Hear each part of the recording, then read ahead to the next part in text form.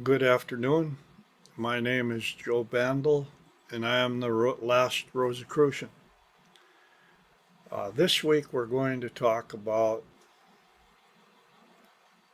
AI, and I'm just going to mention some experiences that I've had, some insights that I've had with AI that I think we really need to uh, take seriously, be aware of. For one thing, there's some people that are in the AI industry.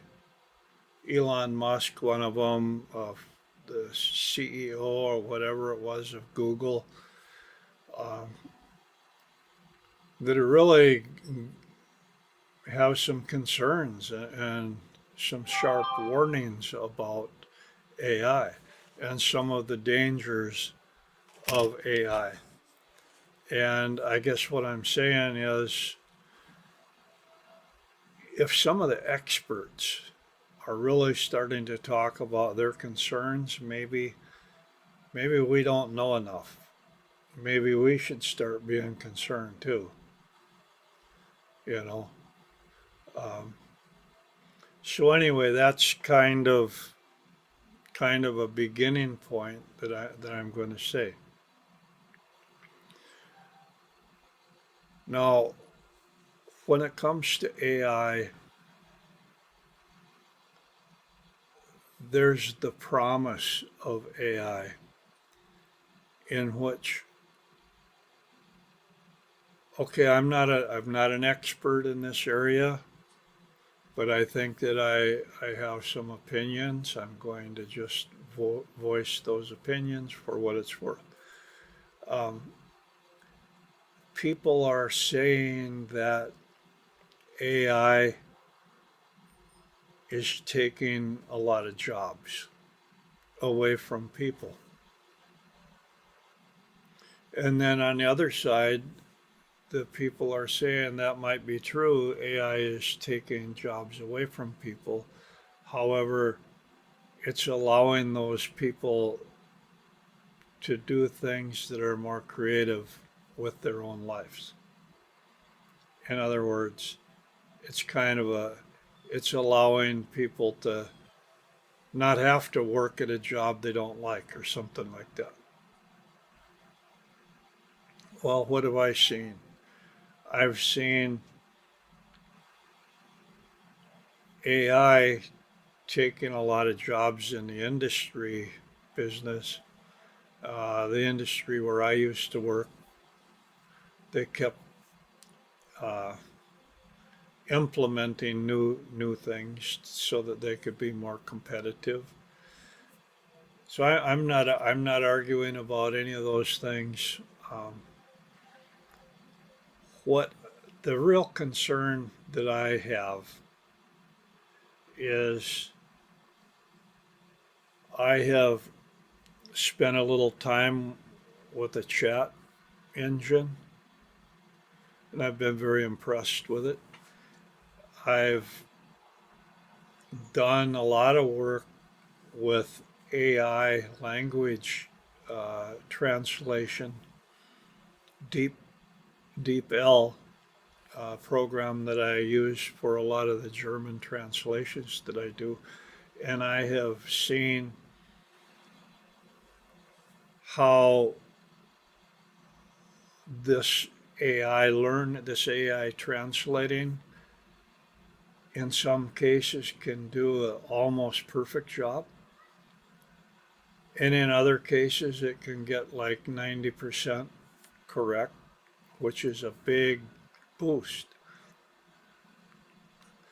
And only in some of the most high level language, like philosophical talks, authors that are really uh, expressing profound concepts or feelings or things like that, uh, the AI falters and it doesn't get it right.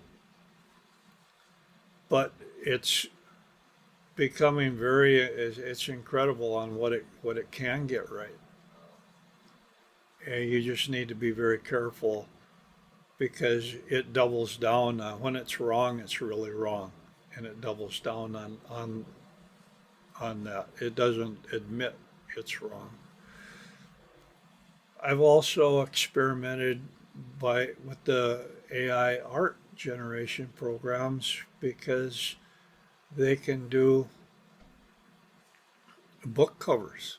So several book covers that I've translated books and offer book covers from them. They are the art of the cover is generated by AI, especially the later ones I do, and it does a good job of it.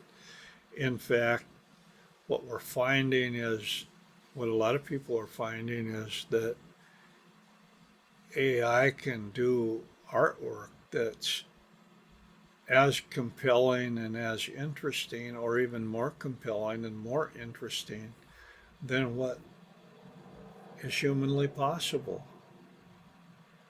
In other words, AI can help the average person on the street produce stunning artwork that's really cool. And they're doing it. I mean, you can just go online and you can see all these pages or websites that show this amazing digital art that people are producing with AI. So there's another example of where, like my daughter has a master's degree in art. She's an art professor. Well, a lot of artists are being replaced. People would rather have the AI generated art. And music. I've kind of fiddled around and I've listened. I watched some of this AI generated music. In fact, on my video program that I use, Wondershare, I think it is, uh, it has segments of music that's AI generated, and some of it's kind of cool. Well, here's where the warning bells start to flash a little bit. And this is where I'm getting into the point of this topic of what I want to talk about today. Because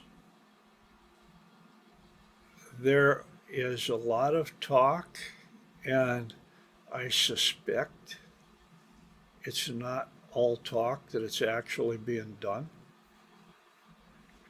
where AI is producing novels, they're producing stories, and they're good. They're damn good stories. I mean, let's say, okay, you wanted to train an AI on how to write a story, and you feed it with some of the best authors that ever lived, like Shakespeare or some of these others, and they would come up with their own versions of stories that would be creatively, uh, they would have a flavor. They would have that Shakespearean flavor, perhaps, or it could be your other favorite author. Uh, Maybe you could do a kind of a Shakespeare Lovecraft mix that would be kind of interesting or whatever.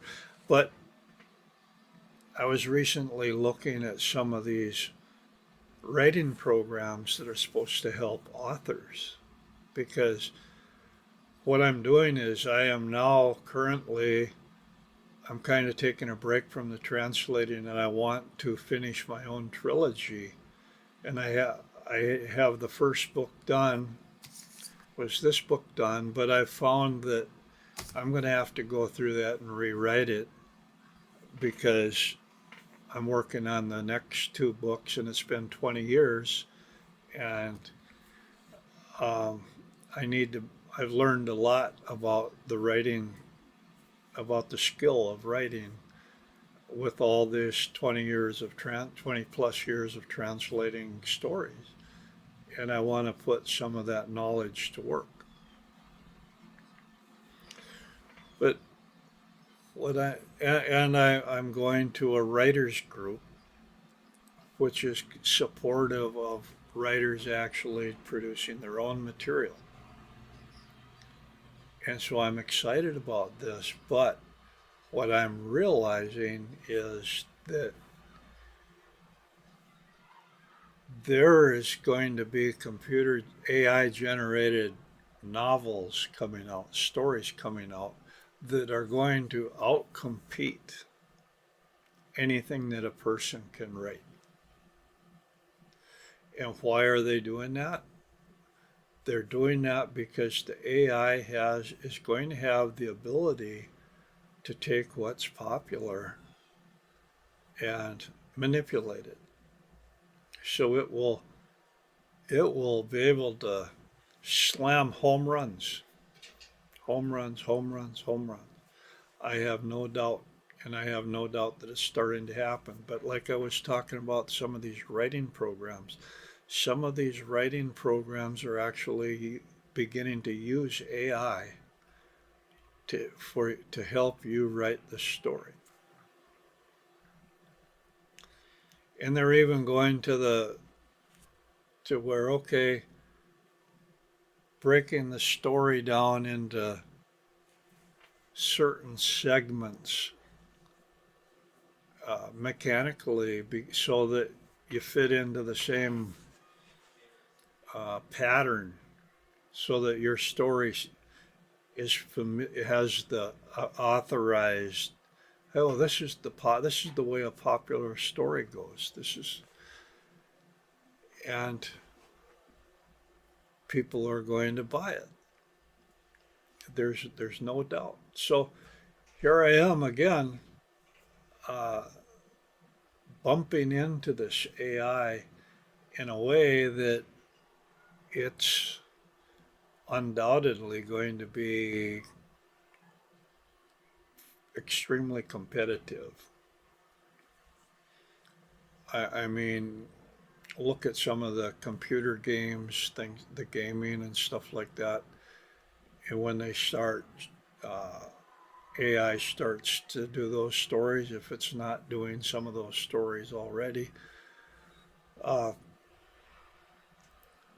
but I'm going to loop back to the original purpose of this video at this point, because I think now we can kind of see it.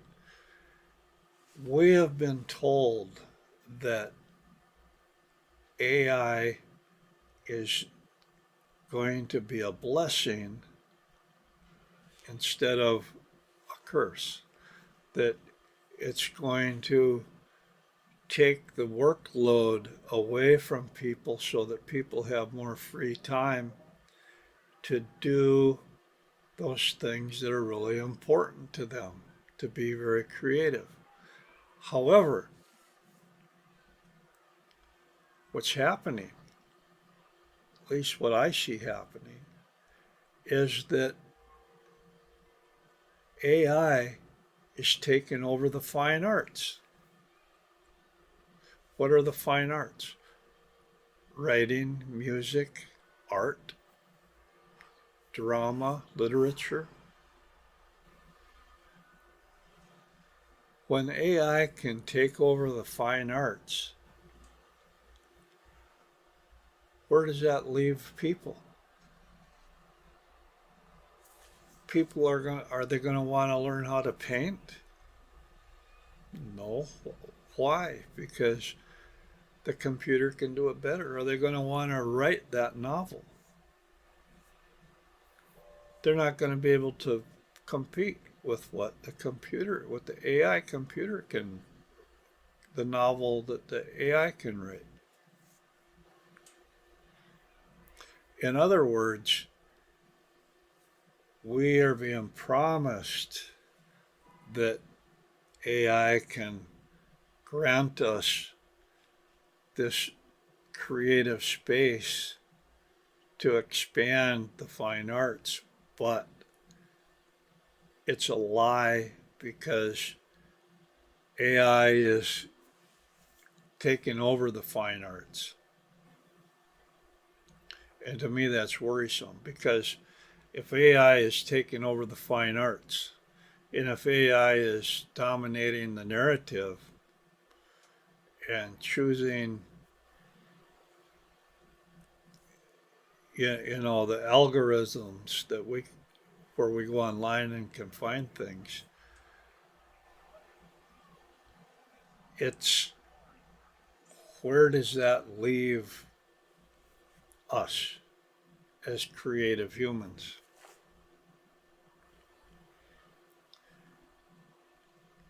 If you look, I mean, I don't know the answer to that because that's part of why I kind of am, that's why I'm concerned. But what I'm thinking is, uh,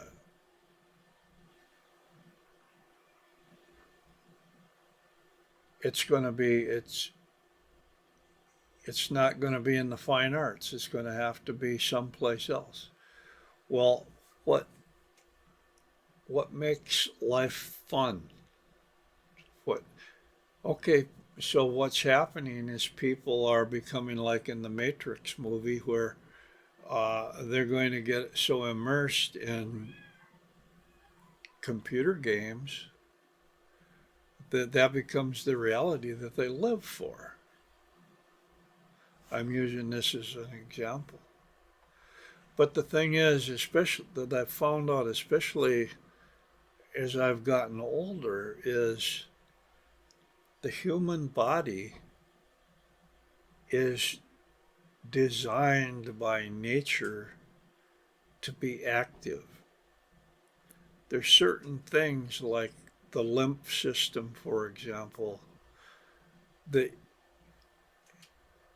uses the motion of the body's motion while it's working or doing things to actually circulate the lymph. And I could use other examples of where it's the human body in motion, being active and physically doing things that creates the health that we enjoy. And there's a real danger of being a couch potato. Now, as I get older, it's harder and harder to be on my feet. I spend more time in front of the computer at the desk. Luckily, I have a dog, the Valentine, that every 2 hours or 3 hours, she's kind of uh, bothers me and says, "Hey, we got to get up and do something, walk around the block or something like that, because this is just too boring." And so it gets me up off my butt.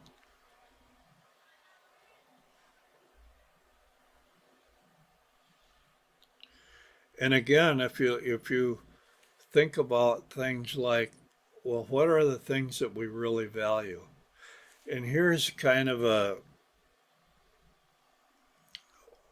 it's kind of a paradox or something like that.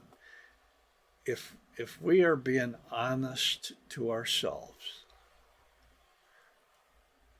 the things that I value the most are the things that I've had to struggle to get, the things that I've had to get the hard way and master them, become competence, the competence that I've earned the hard way. Of, in other words, I've earned them. Those are the things that really that I value the most because they're the most real to me because of that actual process, the difficulty, the struggle that I've had to achieve them. And if I asked other people to be honest, they would say, probably they would say the same thing. Yeah, it's the things I really had to work for that I really appreciate. But, and I'm going to be the same way, if somebody says, well, do you want to work for this or do you want to get this for free? They're probably going to say, I'll take the freebie. Sure. You get where I'm coming from here a little bit? Even though we recognize and we acknowledge that there's things we have to put out effort for if we truly value them, we're still going to take the freebie. We're still going to go be the couch potato.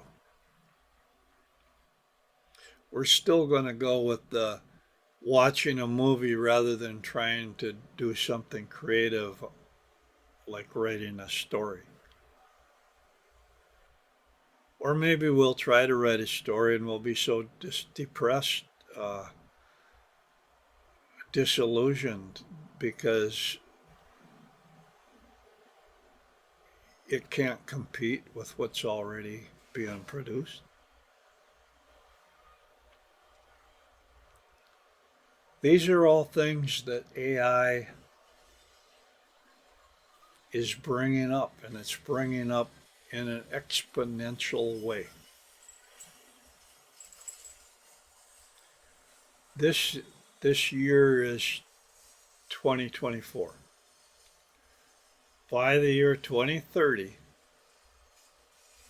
AI is going to have significantly impacted every individual's life. You can take right now, in a lot of hospitals, if you go to a hospital, there's a robot that checks you out, or what do you call it, a distant, I mean, maybe the doctor is not in the hospital, but they're operating through the robot itself.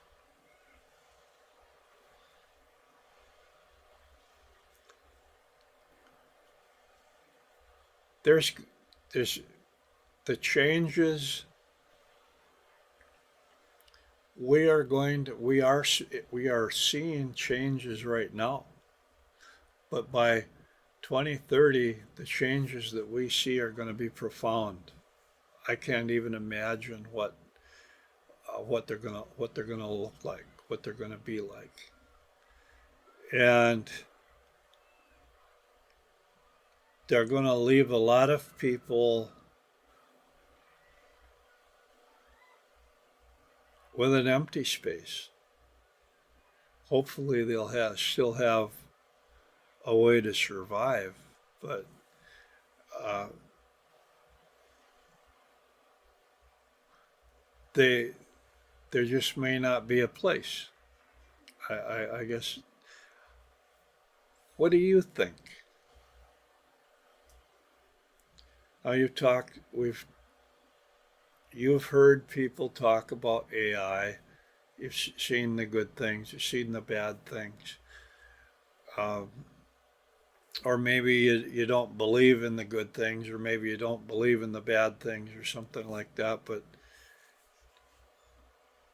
do you see AI taking over the fine arts?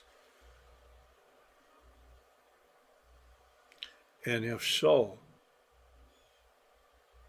where does that leave us? And how will we create, as creative beings, where will we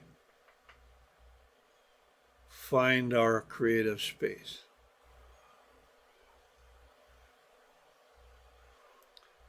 So that's the question that I'm bringing out, because I really believe that, as I've mentioned many times, we're in a new system. We're in a new age. The root chakra is now the prevailing energy, the dominant energy. The root chakra is dealing with issues of survival, security, um, things like that.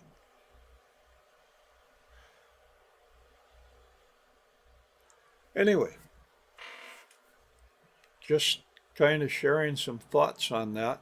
Uh, I, I'm trying to bring up different subjects each week now that I think are really topics that are worth thinking about. I might not have any answers for them, but I'm trying to put another face to the issues.